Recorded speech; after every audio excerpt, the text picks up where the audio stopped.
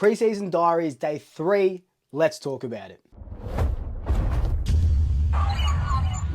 So I know I said I wouldn't go to training today, but I ended up moving the dogs' vet appointment to later on in the day. So I got there nice and early. And let me tell you, out of the 3 days that I've been there, this was my favorite training session of the week. Now, I know we're only 3 days in and to training, what the first week of training, but it's nice to see the progress of the players that were coming to training. Obviously, it's only for the years 1 to 4 to start with, so that's who rocked up on the first day, and a couple of older players. And then the second day on the Tuesday, there was more senior players, and then today, it was pretty much a full squad, except for the players that were still overseas. There was a couple that weren't training. I haven't seen Jamie Elliott all week, but you got to remember that these senior guys aren't going, or they're not supposed to be back for I think it's another 3 weeks or so. So all the senior players that were there today are doing so because they're freaking hungry for season 2025.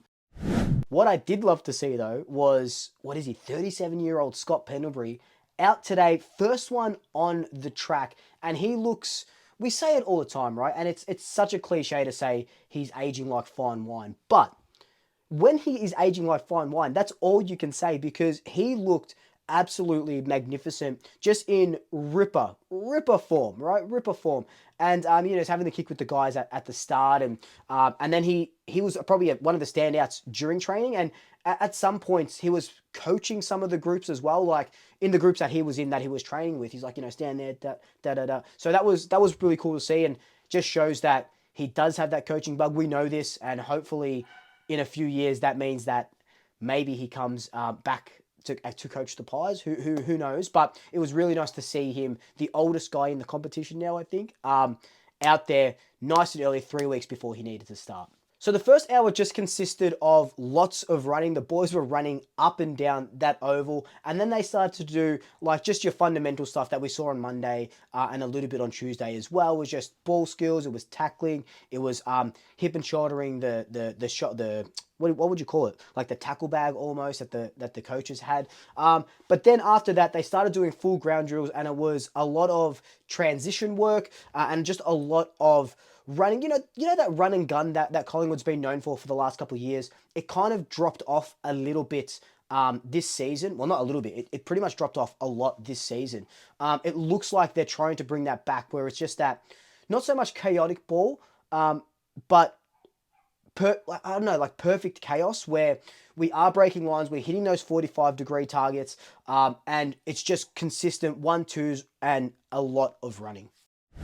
There were definitely a couple of standouts for me throughout this whole training session. One of them being Dan Houston. Now, I know we're probably going to talk about Dan Houston a lot of the time when we're talking about preseason training, but he looks really fit, and I forget how quick he is. He's really quick.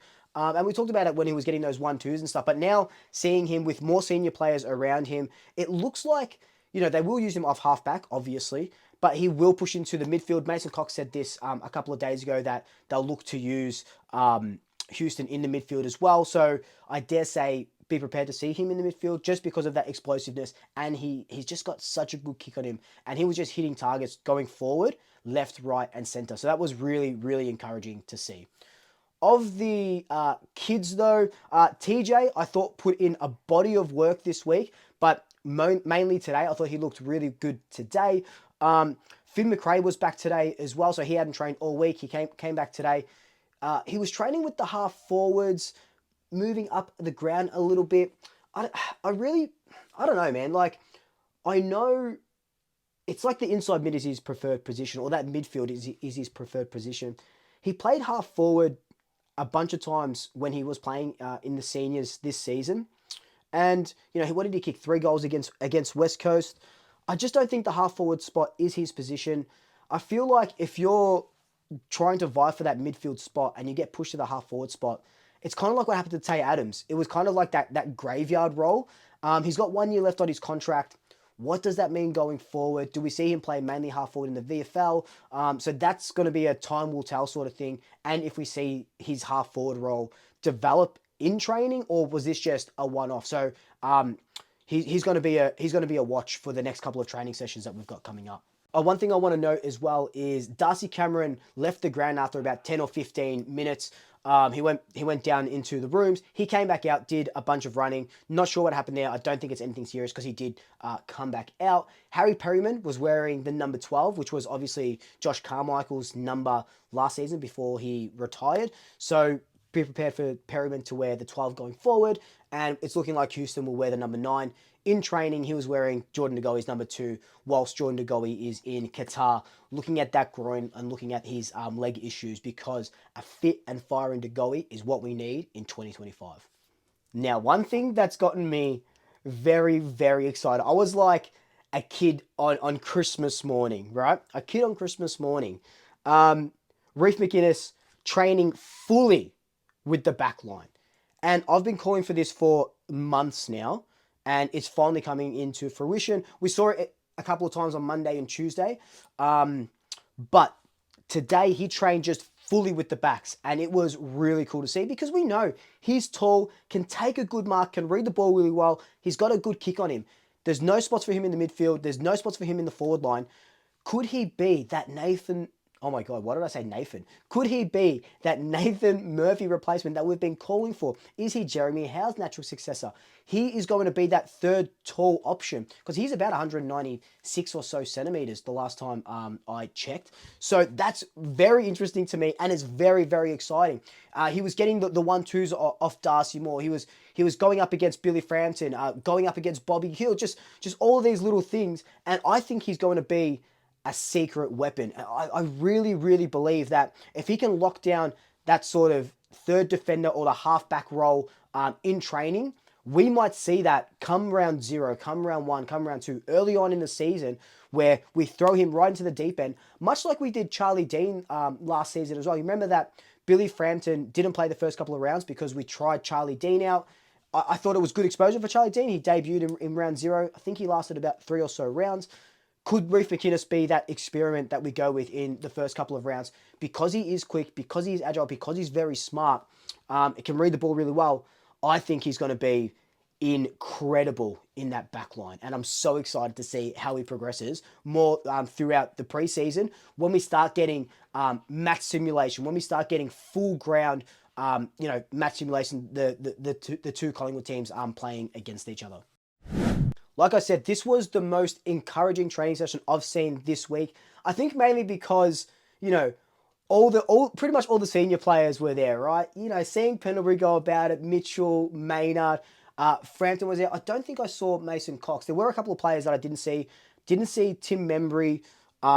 Again, they're not due in for another 3 or so weeks. So whoever's here is just a bonus. It should still be years 1 to 4. So whoever here is a bonus. But it's just very encouraging signs really early on. But again, whenever I say, you've got to take it with a grain of salt, because at training, we know there's no pressure, there's no opposition. You're only playing against your shadow pretty much. But it's very, very encouraging, and I'm very excited to keep going to training sessions and see what the game plan looks like, how we're changing, what more positional changes there are. So yeah, stick with these diaries, because it's going to be really, really cool. But I want to pass the baton onto you guys. Let me know, what do you want to see going forward with these preseason diaries? So it's Monday, Tuesday, and Friday are the days that we train. I'm going to try and get there to every single training session that I can. I catch the train from Craigieburn. I'll go to the training session, come back, record the video, upload it for you guys.